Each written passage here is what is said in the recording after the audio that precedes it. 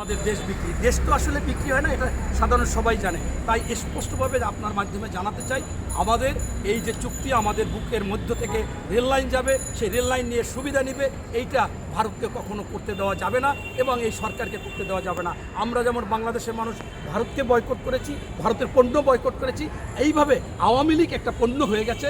এটা যে কোনো জায়গায় তারা স্বার্থের জন্য, ক্ষমতায় থাকার জন্য বেচা কিনা হচ্ছে, তাদেরকেও বয়কট করতে হবে। বয়কট করে এই চুক্তিকে বাতিল করতে হবে।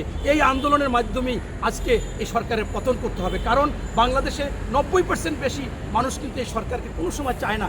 তারপরেও এই সরকার ভারতের আজ্ঞাবহ হয়ে, ভারতের পা ধরে, ভারতের বুদ্ধিতে, ভারতের কায়দাকরণ করে এই সরকার ক্ষমতায় আছে। এটা আপনারা আগেও প্রমাণ পেয়েছেন।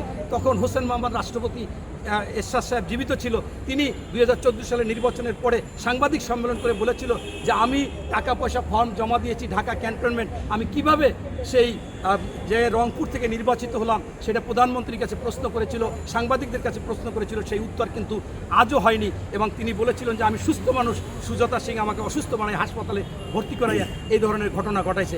এর প্রমাণ হয় যে ভারতের আজ্ঞাবহ, দাসত্ববোধ, গোলামি, এইভাবে এই সরকার টিকে আছে শুধুমাত্র ক্ষমতায় থাকার জন্য। আজকে তারা 2008-এ সেনা সমর্থিত ক্ষমতায় আসছিল, 14-তে এই ভারতকে নিয়ে, আবারও 18-তে ভারতকে নিয়ে দিনের ভোট রাতে, এবং 24 সালও সেই একই ঘটনা ঘটিয়েছে। তাই আমরা যে যেখানে থাকি, আসুন আমাদের এই বুকের স্বাধীন দেশের বুকের মধ্য থেকে কোনো এই গোলামি চুক্তি, দাসত্ব চুক্তি, অসম চুক্তি হতে পারে না। সেই চুক্তিকে আমরা বাতিল করতে হবে এবং এই সরকারের পদত্যাগ করতে হবে। ধন্যবাদ। ওবায়দুল কাদের আজকে বলেছেন যে ভারত আমাদের রাজনৈতিক বন্ধু এবং ভারত থেকে কখনো খালি হাতে ফিরিনি, এবারও ফিরিনি, শুধু শুধু বিএনপি প্রতিহিংসায় জ্বলছে। ধন্যবাদ আপনাকে। সেটা হচ্ছে এর আগে যেদিন পররাষ্ট্রমন্ত্রী বলল যে ভারতের অনুমতি নিয়েই আসলে চীন সফরে যাচ্ছে প্রধানমন্ত্রী, এ নিয়ে তাদের সাথে কথা হচ্ছে।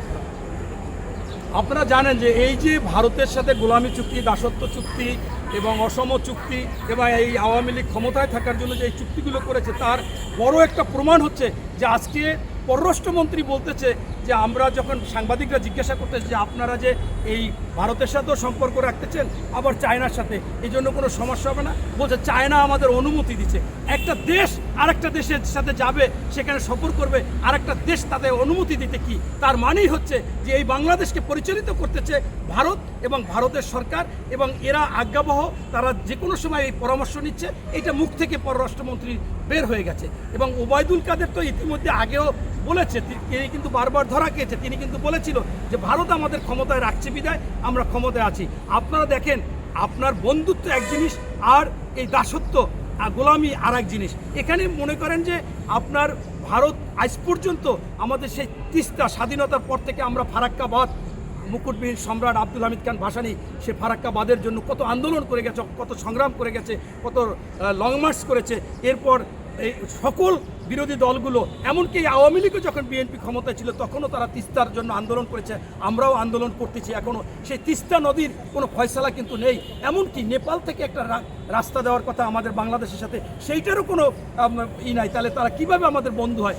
আর সেই বন্ধুত্ব তো আপনারা দেখতেছেন, যখন ঝড় হয়, যখন তুফান হয়, তখন পানি ছেড়ে দিয়ে আমাদের প্লাবিত করে, আবার যখন আমাদের দেশে খরা, তারা পানি আটকিয়ে রেখে জাহাজ চালায়, তারা বোট চালায়, সব কিছু চালায়। এটা কোনোদিন একজন বন্ধুত্ব হতে পারে না।